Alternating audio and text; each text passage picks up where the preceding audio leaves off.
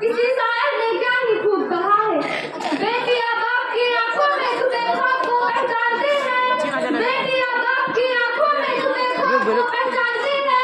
और कोई दूसरा उस ख्वाब को पढ़ने को बुरा मानती है। मुहतरम हजरात, हम साहिबान, मुस्लिम असातिज़ा इकराम और दीनी भाइयों और बहनों, आज के सालाना तवाफ़ी व इलाही मुसाबका अंजुमन में जिस मौजू पर बात करने की इशारा करना चाहती हूँ, वह है इस्लाम में औरतों का मकाम। बरदरान इस्लाम, एक अच्छा से मगरिबी दुआई इलाज और मगरिबी ज़ाका इलाज और तहजीबों की तरफ से मुसलसल यह प्रोपेगेंडा किया जा रहा है कि इस्लाम ने औरतों को कुछ नहीं दिया, बल्कि दुनिया को रुसवाई की नजर से देखा है और उसकी बुनियादी हुकूक से महरूम कर दिया है। हालांकि यह महज गिर्ज और झूठ बात है जिसकी कोई हकीकत नहीं, क्योंकि औरतों को जो मकाम व इज्जत व अज़्ज़त और आला मर्तबा दिया है वह है इस्लाम। इस्लाम के अलावा कोई दूसरा मज़ाहिब से नहीं दिया। तो आइए उनके उस झूठे दावे का जायजा लेते हैं और सबसे कम ज़ाहिरियत की ज़माने की औरतों और खातून इस्लाम के दरमियान मुआवजा करते हैं,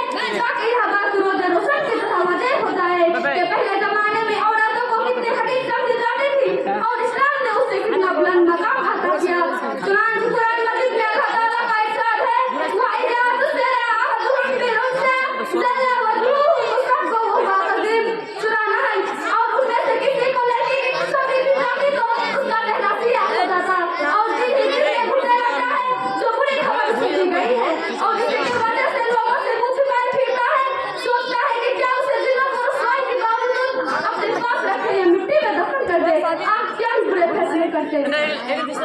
उस आयत करीमा से पता चलता है कि उस जमाने में अगर किसी के घर में बेटी पैदा होती तो मारे शर्म की वजह से मुंह छुपाए और गम में निढाल होकर सोचता कि उसे दफन कर दिया जाए या छोड़ दिया जाए। इमाम गाज़ी रहमतुल्लाह अलैह कहते हैं कि अरब में यह आम रवाज था कि जब किसी के घर में बेटी पैदा होती तो उसे जिंदा बाकी रखना चाहता तो उन्हें जुब्बा पहनाकर ऊँट और बकरियों को चुराने के लिए कहीं दूर दराज जगह में भेज देता, और अगर उसे मारना चाहता तो जब 6 साल के हो जाते तो पहले किसी जंगल में जाकर एक घड़ा खोदता,